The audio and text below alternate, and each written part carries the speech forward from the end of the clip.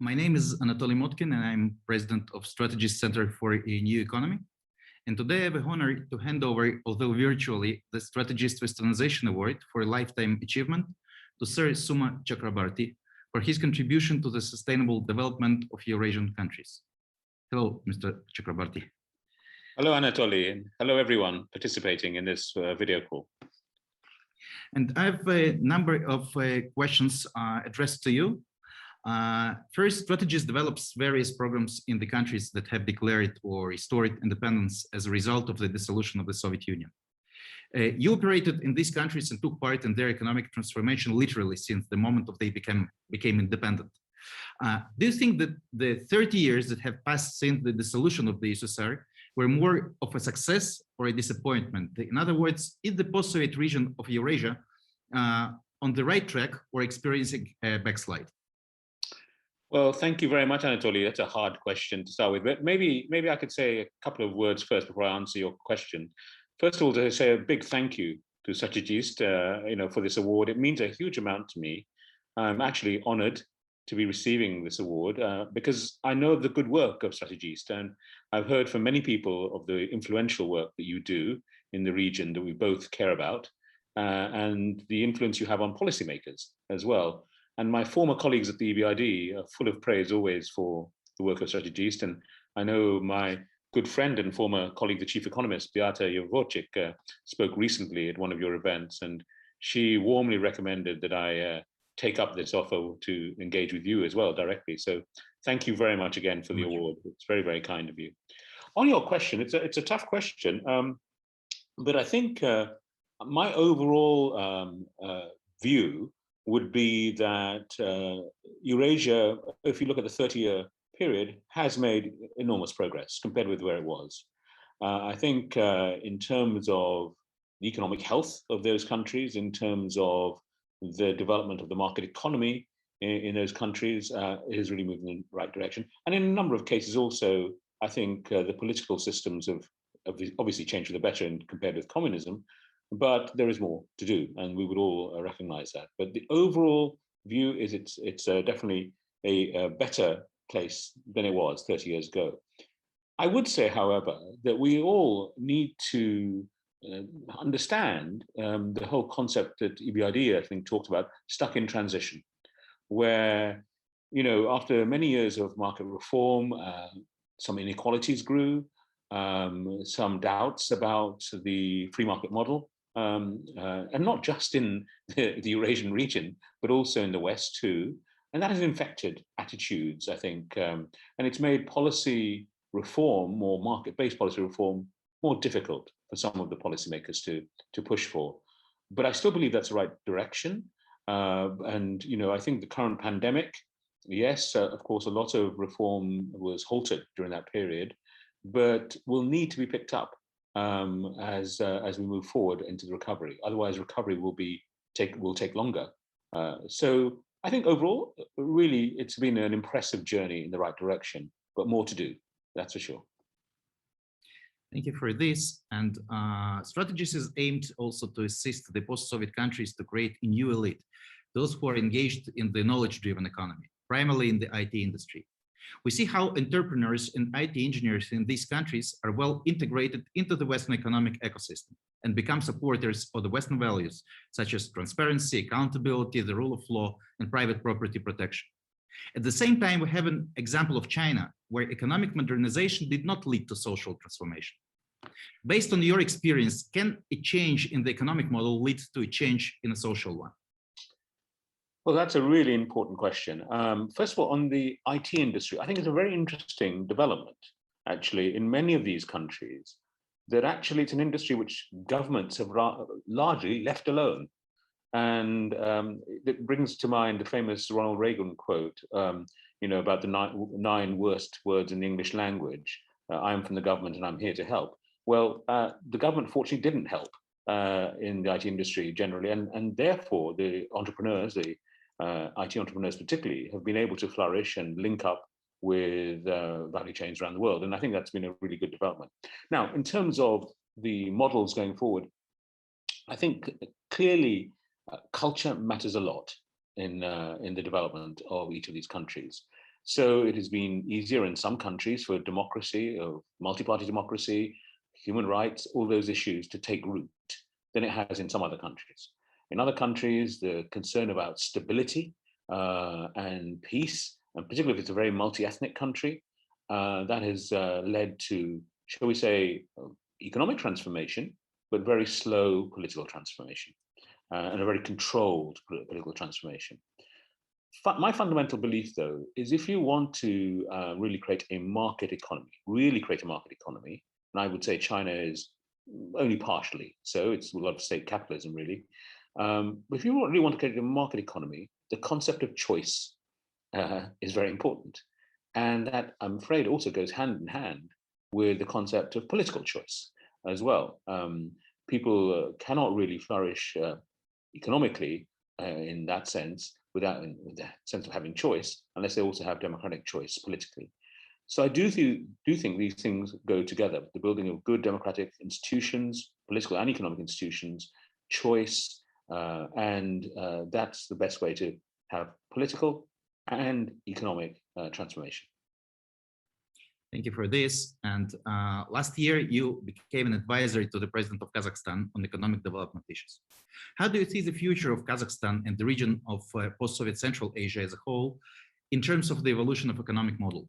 Will these countries be able to largely move away from the resource-based model?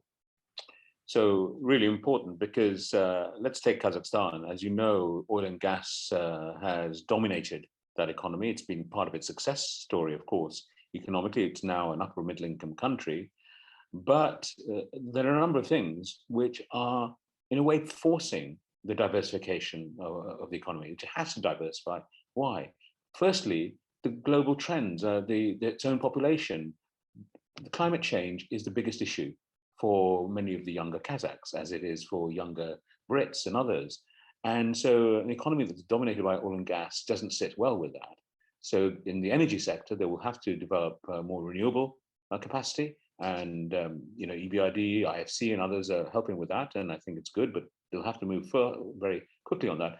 And the president has announced a very ambitious target of net zero by 2060.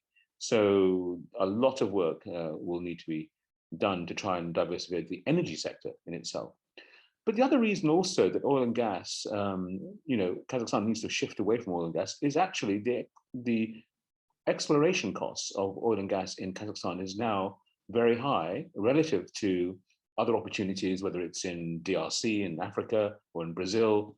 And so it's actually quite difficult for, I think, Kazakhstan to keep going down this track. I mean, I think there'll be further investment over the coming years in oil and gas, but it will, I think, need now in the next 20, 30 years to diversify into agribusiness, into tourism, into other sectors where it has real potential. Sitting between Russia and China is sometimes an uncomfortable thing, but sometimes actually it's a really advantage in terms of logistical hub as well for Kazakhstan. So I think there's definite need. And I think the fact that Uzbekistan has now also opened up, and I'm an advisor to the president there too, the fact that Uzbekistan is therefore now engaging in a cross-border regional approach, whereas for nearly 25 years it was very much withdrawn from the region, I think is really important, because those are the two biggest economies in the region, and they can help drive, I think, the Central Asian economies together. They're very complementary economies as well. So actually, it's not a competitive thing, although it sometimes can feel that. It should be very complementary. And I think they can learn from examples in other parts of the Caucasus and other, I mean, particularly I look at Georgia and some of the reforms there. I think Georgia has a lot to offer to both those two countries in terms of the reforms and the sequencing of the reforms as well. So I think there's a big opportunity here. Last point on this, though, it's not just about economic diversification. I think the thing that is really, I think, to some extent holding back the development of Central Asia is the development of public administration and institutions. Public administration effectiveness is not where it needs to be. There are some islands, some examples, AIFC in Kazakhstan, which is excellent, has some excellent people. But those islands need to become, the majority, not the minority of institutions in these countries. And that is really, I think, going to be a big part of the focus, along with diversification. Thank you. Yeah, I absolutely share with you that the Central Asia have, in case of synergy between their economies, have a huge advantages, especially being placed between Russia and China, and they're able to become a real regional hub. And even in terms of technology, and talking to the nowadays to the government of Tajikistan, and I see how enthusiastic they are about the innovation technology, and you appointed Minister of Innovation there, it means that they're in the right direction, but they have longer way to pass rather than Kazakhstan and Uzbekistan.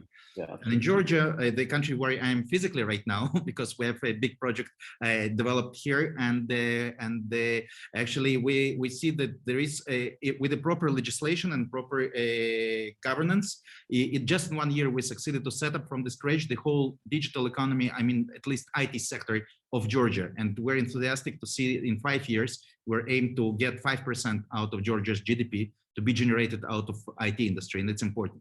Yeah, absolutely. And it's a country I love, and you're very lucky to be in Georgia. You're in Tbilisi at the moment, I presume. So yeah, yeah. I miss going to Tbilisi. You're always welcome, you know, and you have your colleagues here like Katarina Hansen, and you know, it's a good place to be in. and the last question that I would like to address you is, you're known as one of the pioneers of the idea of gender equality in the corporate world. And working in the post-Soviet countries of Central Asia, we observed millions of women in these fairly traditional countries entering the labor market, and among other things, acquiring specialties in the high-tech industry. How, in your opinion, can the fact of women joining the labor market in these countries change the social economic development model of these countries?